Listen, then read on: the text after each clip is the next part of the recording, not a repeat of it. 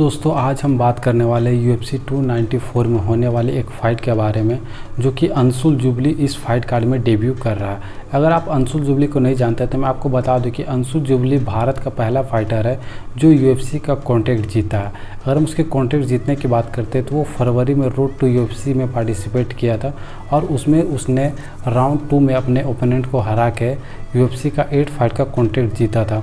तो उस समय से हम लोग काफ़ी एक्साइटेड थे अंशुल जुबली के नेक्स्ट फाइट देखने के लिए कि कब होगी। तो वो दिन आ गया। अंशुल जुबली की जो फाइट बुक हुई है वो UFC 294 में माइक ब्रिडेट के साथ फाइट बुक हुई है।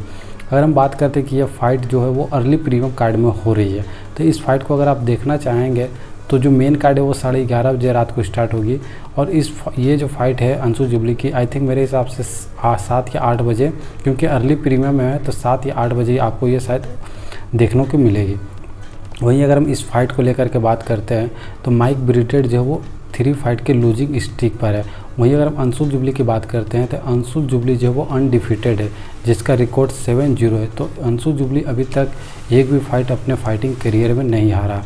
तो ये चीज़ भी कहीं ना कहीं अंशुल जुबली के लिए एक मोटिवेशन है, क्योंकि एक जब अनडिफिटेड फाइटर फाइट करता है तो कहीं ना कहीं उसके ऊपर एक रहता है कि मैं तो अनडिफिटेड हूँ, तो उस पर एक कॉन्फिडेंस है।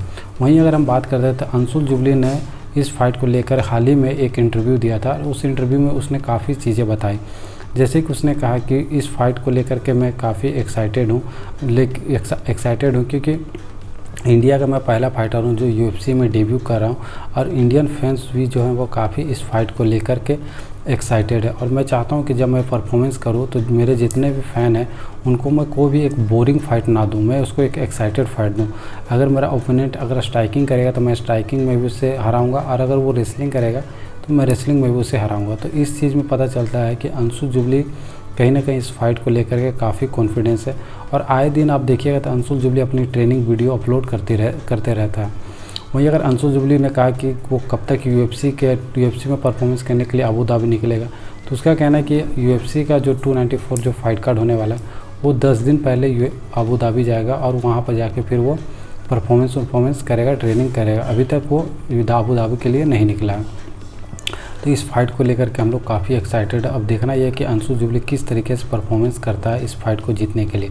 तो मुझे ऐसा लगता है कि कहीं ना कहीं अंशुल जुबली जो है इस फाइट को बहुत आराम तरीके से जीतेगा और जीत भी सकता है। और मुझे लगता है कि UFC जो है अंशुल जुबली पर कहीं ना कहीं एक ज़्यादा उसको पुश करेगी।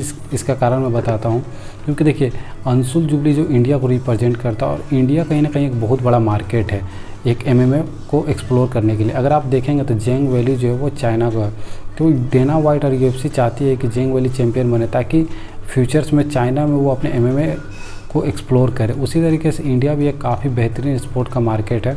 तो इंडिया अगर अंशुल जुबली एक अच्छे पोजीशन पर, आप बोल सकते हैं टॉप 5 या कभी फ्यूचर में, जैसा कि अंशुल जुबली कहना है कि मैं चैम्पियन बनूंगा, तो अगर इन फ्यूचर अगर अंशुल जुबली चैम्पियन बनता तो कहीं ना कहीं आने वाला समय में UFC का और MMA का एक बहुत बड़ा स्कोप इंडिया से आपको नज़र आएगा।